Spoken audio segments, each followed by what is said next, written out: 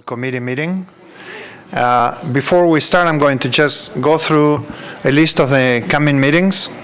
We're going to have meetings on December 14 at 5 p.m. here immediately after Planning and Zoning. The next meeting will be in January 4th, immediately after Planning and Zoning at 5 p.m. Then on Thursday, January 21st at 5 p.m. We moved it to Thursday because it's a holiday that Monday.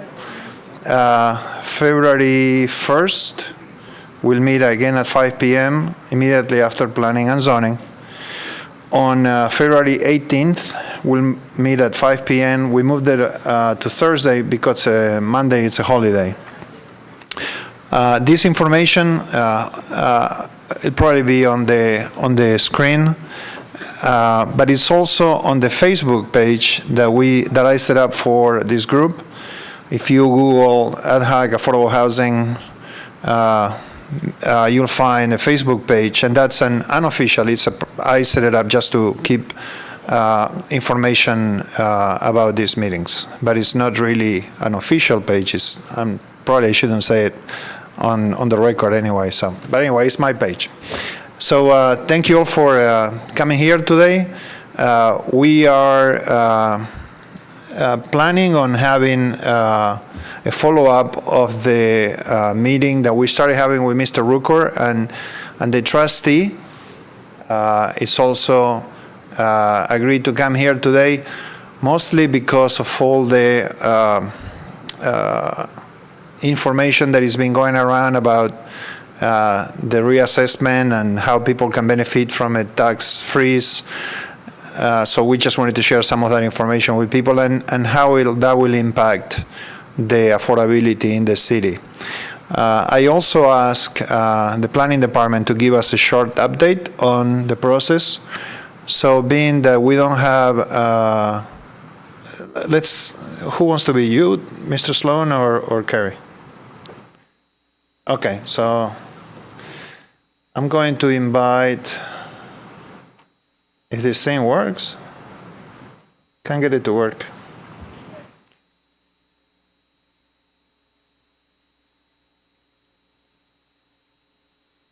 Rosie, I need your help.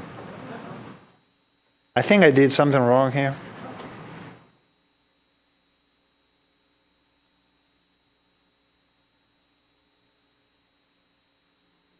I'm trying to push that one, but that message comes up.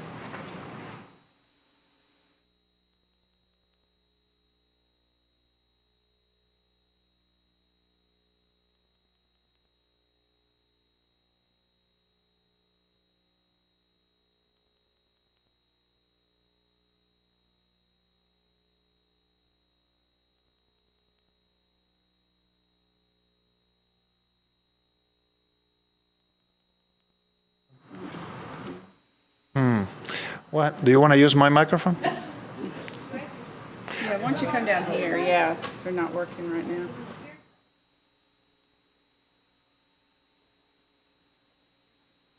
Here. Can we use that? I will give a brief update.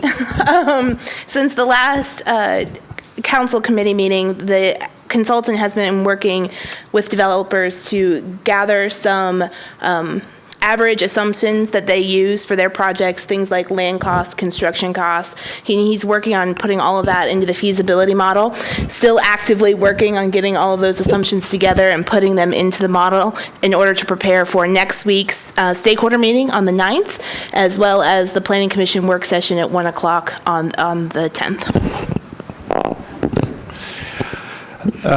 Thank you, Carrie. Any question about the process so far? Unfortunately, your microphone won't work either, so you have to come and use this one.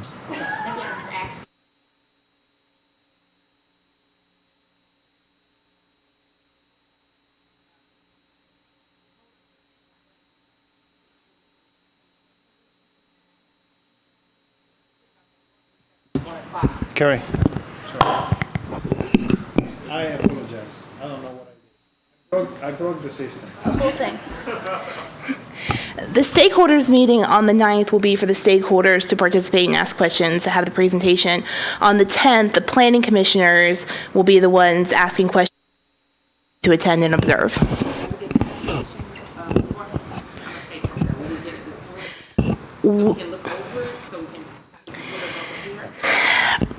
My only concern with that is that we are really working up to the last minute. If it was something that we could get to you beforehand, it would be moderately beforehand. It wouldn't be anything that we could give you this week because we're still working through all the information.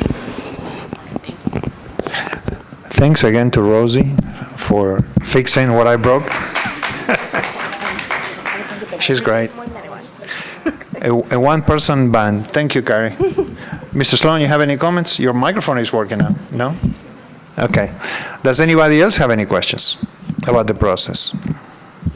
No? Okay. Do we have somebody from the trustee's office or from the assessor's office? Oh, there you are. Okay, thank you. The mic is working now? Yeah. I didn't see you there, Mr. Cowan, sorry. The floor is yours, Mr. Rooker. Thank you very much. I appreciate you giving me an opportunity to come and talk to you a little bit about some things that are going on with property valuation trends and construction trends in Nashville.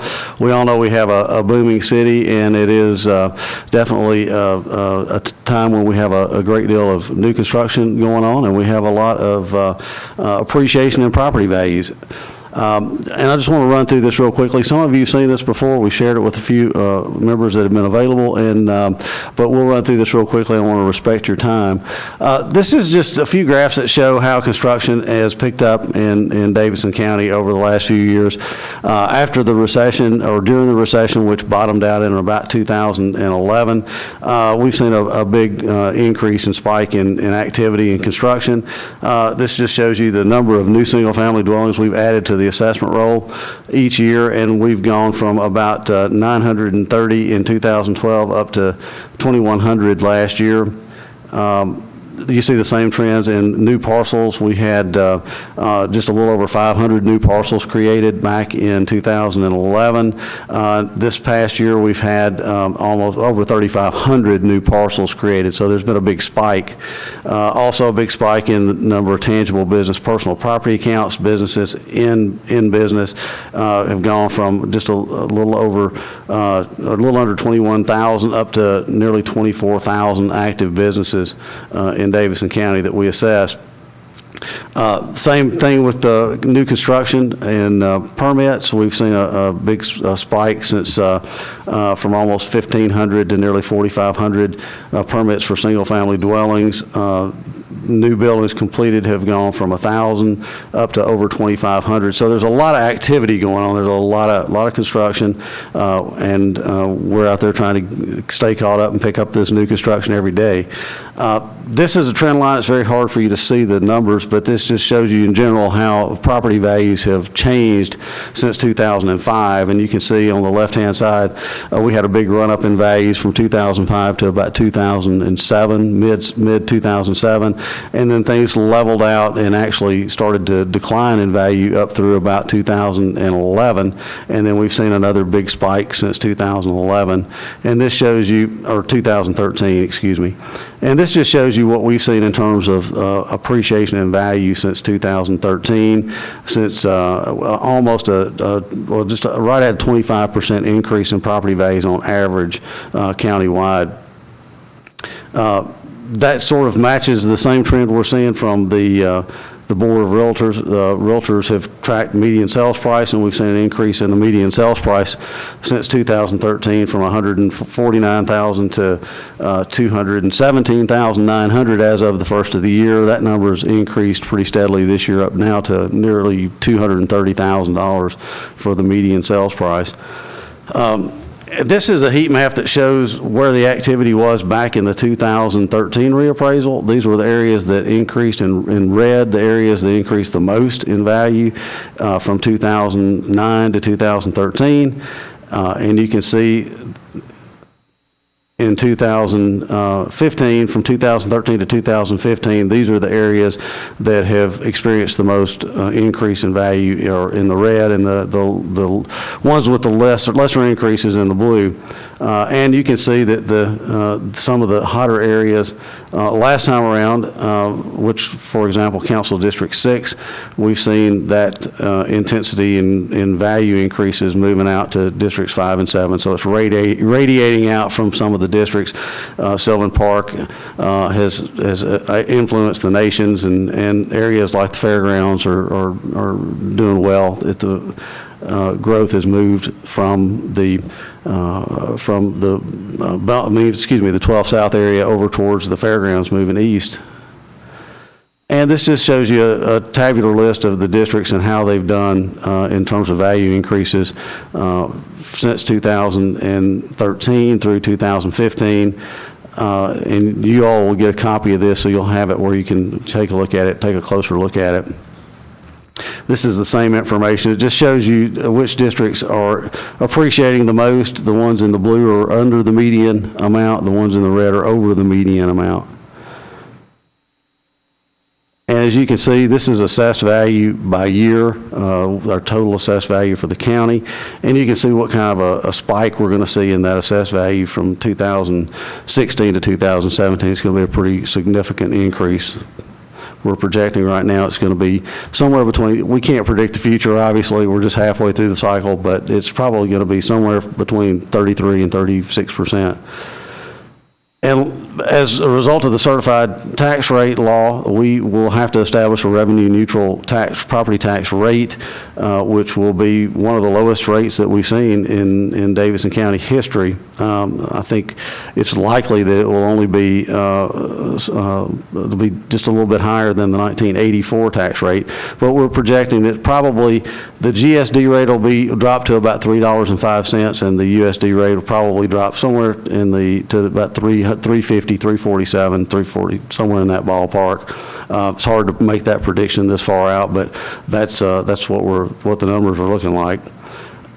We also took a look at the median sales price of a single-family dwelling in each council district, and as you can see here, the red indicates the higher median sales prices per district, the blue the lower, and this is a list that shows you graphically which districts have the highest prices, which districts have the lowest prices. District 34 has almost a $700,000 median sales price, and that ranges down to just under $100,000 in District 21. And this is the median sales price per square foot by council district. You see things change a little bit. Some of the core areas with smaller dwellings have higher prices per square foot. So you look at that list and it shows now District 18 has the highest sales price per square foot at almost $250,000. $250 a square foot. And the median price in Davidson County has been at $120 a square foot for the whole county. And then there are 3 programs that are administered by the trustee's office that help people who are over 65 years of age and have meet the minimum income requirements for the programs, but they're the tax freeze, tax relief, and tax deferral programs. And I will let Mr. Cardwell answer any questions about those. We've discussed that at the last meeting, and I think Mr. Cardwell's deputy Tony did a very good job of explaining the particulars about those programs, but obviously those are in place to help people who are having difficulty paying their property taxes, who meet the requirements of the programs. And that's really what I wanted to share with you today, and I think it's a great thing for the city that we're seeing a lot of growth and we're seeing a lot of activity. Obviously, it may have a bearing on people's ability to live in certain parts of town, but we are seeing rather large increases in property values in some areas. So if you have any questions, I'll be happy to try to answer them. I have thank you, Mr. Rooker. You have accommodated us, and I appreciate it.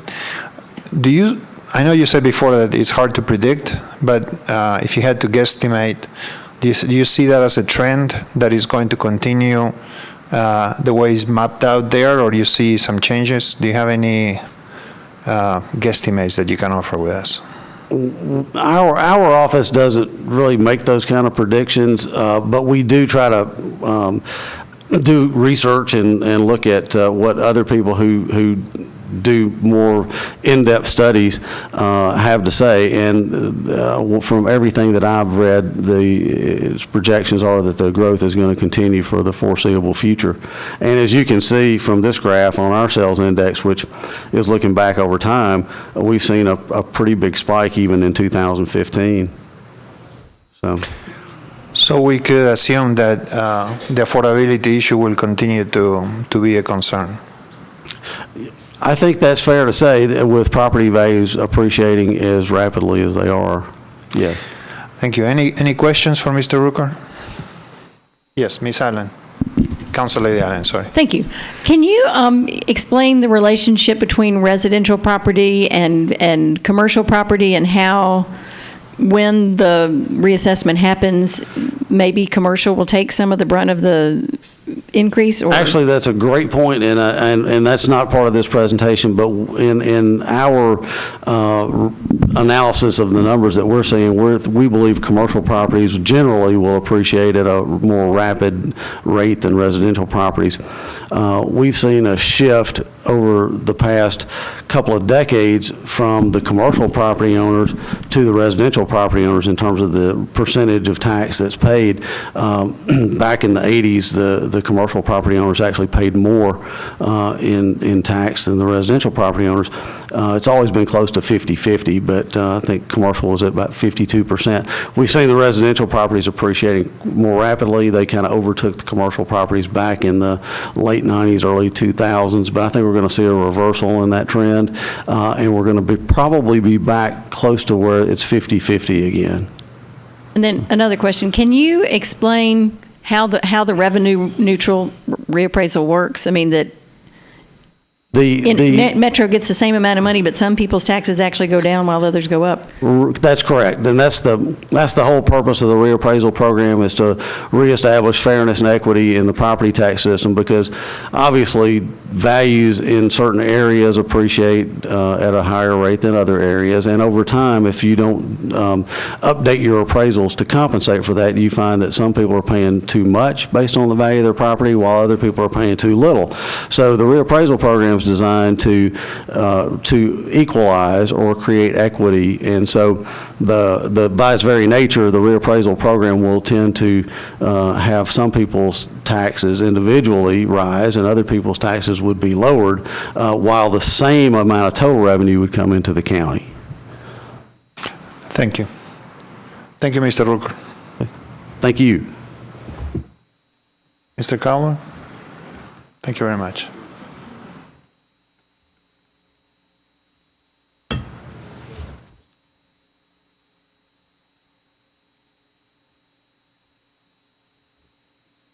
Thank you for coming here today, Mr. Cowell.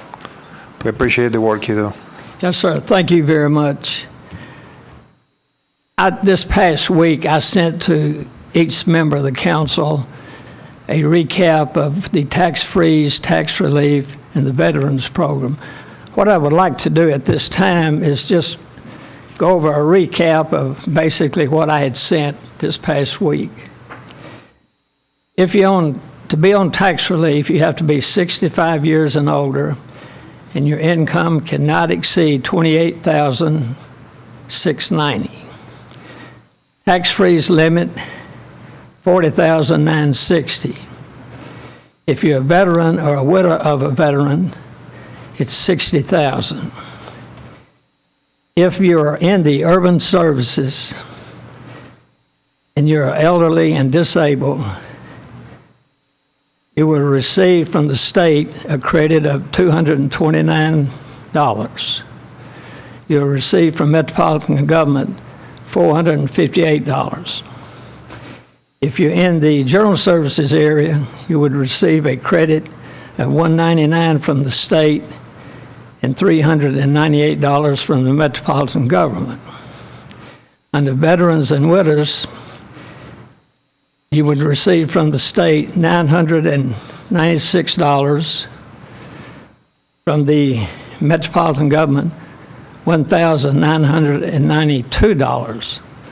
If you're in the urban services, $865 from the state, and $1,730 from the metropolitan government.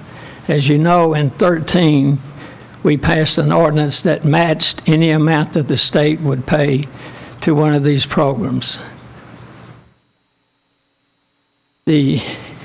There's no age limit on veterans and widows of veterans, but then we have the age limit of 65 on the other two programs. I'll be glad to respond to any questions that anyone might have. Thank you. Councilman O'Connell, sorry. Mr. Chair, thanks again for extending invitations to members who are not on the committee and for the opportunity to be a part of the committee discussion. Mr. Trustee, do you all as an office have a target, or is it possible for your office to know for the different programs what the capacity is for each of them? When you say capacity, I mean, there is obviously a fiscal side to the tax relief side, the tax freeze side. Do we know roughly how many Nashvillians would qualify for the tax freeze program and versus how many are enrolled? We roughly have 7,500 on all the programs totally. The veterans, I think that's around 500. The tax relief is around 6,800, and then the people that are on the program between the tax relief and tax freeze, another 1,000. So we're roughly at 7,500. That figure will change from one year to the other. For calendar year 2015, calendar year 2016, though, do we have any sense of how many people could qualify that are not participating? We do not, and that's something we would like to be able to put together, but at this time, no one has been able to do that. Thank you. Yes, sir. Council Lady Bircher. Thank you, Mr. Chairman. I want to piggyback off of the fellow councilman's question. So we do not target, so individuals, they basically self-identify for these programs? Okay, this is the target. What we do basically is we have a brochure, and we send to every taxpayer in the county. And that way, if there is a family that are paying taxes, and they will receive a brochure and hopefully contact our office to come in and sign up for whatever program they may qualify for. Thank you for that clarity, so the public is aware. Yes, My second ma'am. question, for military veterans, if I'm 10% disabled or 30% disabled, is my benefit still the same, or is there a difference depending on the severity of my disability? The only benefits that you would receive if it's 100% service connected. It cannot be 80% or 50%. It has to be 100% disabled, connected by service. Thank you so much. Sure. Thank you, Council Lady. Councilman Coleman. Thank you, Mr. Chairman. Thank you, Mr. Trustee, for Yes, sir. coming today. Mr. Trustee, I just had a query. Why is there a distinction between the urban service and the general service in terms of the shared relief? Well, it's based on the tax rate. And, you know, there's a lower tax rate in the GSD as it is in the USD. And what happens, the people are paid on the first $23,000 of their value. So that determines the lesser amount for the GSD. Thank you. Does anybody else have questions? Council Lady Allen. Thank you. Two questions. Are the thresholds that you mentioned, are those indexed every year, and how do they relate to the poverty level for a single person or a family of four? Or They are indexed every year. The tax freeze is indexed by the median income, and then the tax relief, that's done based on the federal guidelines for raising Social Security. Thank you. Thank you. And Councilmember Withers. Thank you, Mr. Chair. Mr. Trustee, thank you for reminding us all that folks do receive the brochures in the mail. Some of my neighbors have expressed an interest in maybe reaching out to members in our community just to make sure that they're aware of that program, because sometimes not everyone reads their mail as thoroughly as they should, even if it's beneficial. Are there programs or guidance that your office might have in place for neighborhood groups or other organizations that might want to do that kind of proactive outreach to make sure people are contacting your office? Well, we do it. Some church groups have asked us in the past to come out, and any council member that would want us to come out, we would. And we're going to be working this year with the mayor's office on trying to identify more people that do qualify for this program. There's always some families that just don't, as you said, don't read the mail. And so they don't know about the program. But there's a brochure that's sent out with each tax statement. Thank you so much. Yes, sir. Thank you. I would like a clarification. After the Tennessean published an article the other day about this assessment, everybody seemed to believe that there will be a 40% tax increase, which is not the case. So I wanted to give you, either one of you, an opportunity to explain that. He said Yeah, the mic is on. Yes. Yes. The reappraisal, again, is designed to be equalization program. People individually will experience changes in their tax bills at the certified rate. Some will go up, some will go down. The easiest way for me to understand it is that if you have experienced the average increase for the county at large in your property value, you won't see any change at all. If your value goes up more than the average in the county, you'll see an increase, and it's not going to be a huge increase. It'll generally be a slight increase. And if your value actually goes up less than average, you're going to see an actual reduction in your individual bill. But Davidson County is going to actually receive the same amount of property tax dollars at the certified rate that they did the year before. That's kind of the way it works. Thank you. Yes, you're on. Let me make another point on the tax freeze. You freeze your taxes regardless when there is a tax increase in the future, whether it's caused by a tax increase or a reappraisal, your taxes will stay the same as long as you live in that home and that home is titled to you. So that's a great program. The tax freeze takes in people that cannot qualify for the tax relief but do qualify for the tax freeze. So your community, it's very important to let them know if they do qualify, they should come and contact our office and make sure they sign up for that program. Thank you, Trustee. And Chair, we have a... Chair, can I ask just one thing? Add one thing to that? You mind? Sure, please go ahead. Sorry.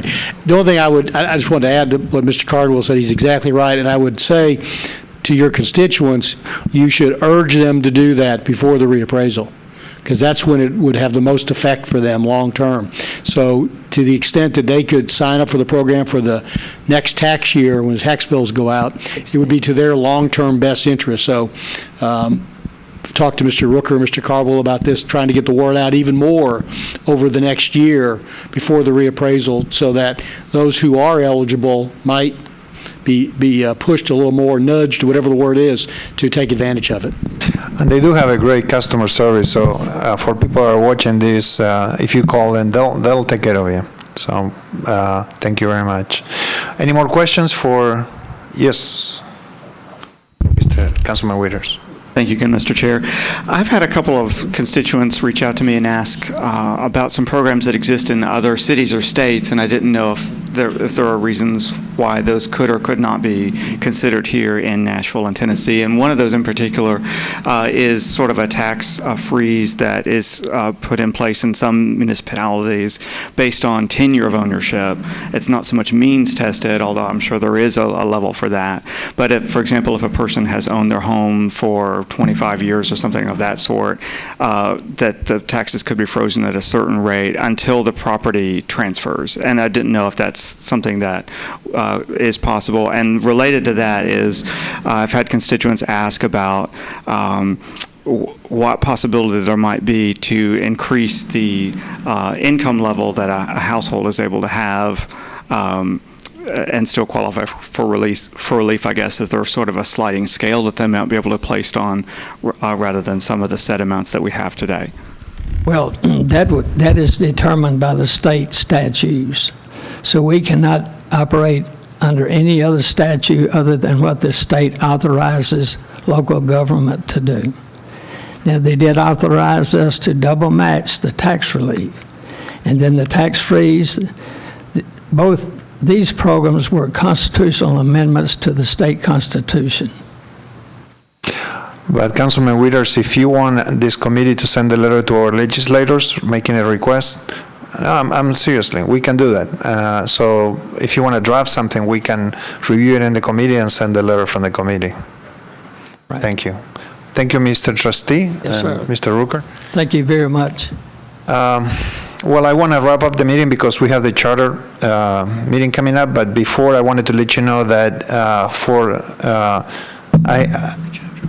I'm still interested in knowing who do you want to invite to these meetings. I have reached out to the Chamber of Commerce and the apartment managers and realtors to come and speak to us in one of the meetings and other advocacy groups. But if you have anybody else that you want to see coming, we have meetings coming up where we can accommodate those groups. So just send me an email or a text or to Rosie, and she'll work at it like she's been working really hard. Thank you, Rosie. We have somebody from the mayor's office. Would you like to step up? No? I always need something. Well, the meeting is adjourned. Thank you very much for coming.